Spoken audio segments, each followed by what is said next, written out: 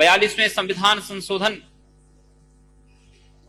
के अंतर्गत भी सेकुलर का अर्थ हम बराबर धर्म ही लगाते रहे हैं, और जिस धर्म ने पूरे समाज को नैतिकता के आधार पर, सदाचार के नाम पर, कर्तव्य का के आधार पर समाज को नैतिकता का एक पाठ पढ़ाया है, उसको जोड़ने वाला जो नियम है, जब हम उस धर्म को ही समाज से अलग कर देंगे तो समाज की क्या अवस्था होगी।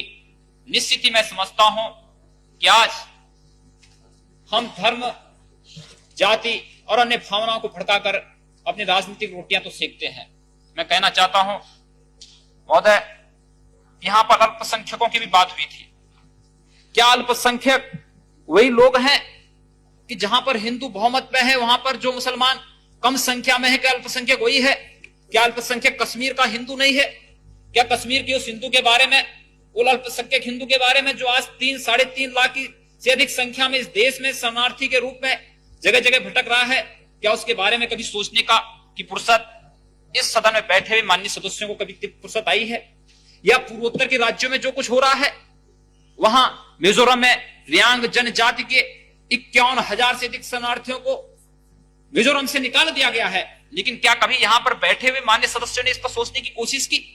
केवल अपनी राजनीतिक रोटियां सेकने के लिए मुसलमानों को ही केवल अल्पसंख्यक बना दिया गया है। पूर्वोत्तर के राज्यों में जो अल्पसंख्यक हैं उनके बारे में क्यों नहीं चर्चा होती है? कश्मीर में जो अल्पसंख्यक हैं उनके बारे में क्यों नहीं यहां पर चर्चा होती है?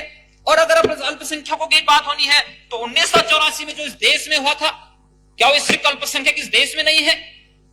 स्थिति और इस सदन के माध्यम से जो कुछ हो रहा है, अध्यक्ष महोदय, भावनाएं तो तब इस देश की जनता के भावनाओं के साथ खिलवाड़ हम तब नहीं करते हैं जब सदन में इतनी उदंडता होती है। इस देश की जनता की भावनाओं के साथ क्या तब हम खिलवाड़ नहीं करते हैं जब यहां पर कोई सदस्य कहीं समस्या को उठाना चाहता है और उसको बोलने की छूट नहीं दी जाती, उसको बोलने नहीं दिया जाता है, उस पर व्यवधान उत्पन्न किया जाता है? क्या उसकी भावनाओं के साथ खिलवाड़ नहीं होता है? इस देश की करोड़ों जनता की भावनाओं के साथ खिलवाड़ नहीं होता है? निश्चित सोचना पड़ेगा हमें।